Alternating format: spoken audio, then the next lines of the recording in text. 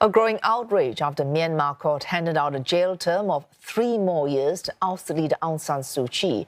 Her former economic advisor, Sean Turnell, an Australian citizen, has also been slapped with the same sentence. Both are charged under the country's Official Secrets Act in what many have criticised as a cover for political motives.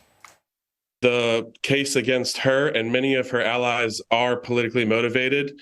The charges are bogus, and they're basically designed to crush any remnant of the civilian government that the military overthrew in the early hours of February 1st, 2021. So they can't be taken seriously. They're completely trumped up. Australia has rejected the sentencing. It adds that Australian diplomats were denied access to the courts in Myanmar. Canberra had been lobbying unsuccessfully for Turnell's release since his arrest about a week after the coup early last year. Turnell was also given 3 years jail over immigration offences, but the judge allowed Turnell to serve that term along with his 3-year Secrets Act sentence. Meanwhile, Aung San Suu Kyi's jail terms continue to pile up. Her latest sentence means she will now serve 23 years behind bars in total.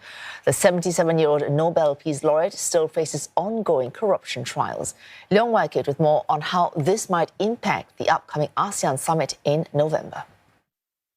Well, based on this sentencing alone, no impact, because it is obvious visually that the Myanmar army is taking on a very defiant track, jailing not just Aung San Suu Kyi and Sean Turnell, but also recently the ex-ambassador Vicky Bowman. But Myanmar can always argue and say that, look, freeing political prisoners is not part of a 5-point consensus. And the fact that Aung San Suu Kyi is not involved in any constructive dialogue is because, she's now facing trials and being charged.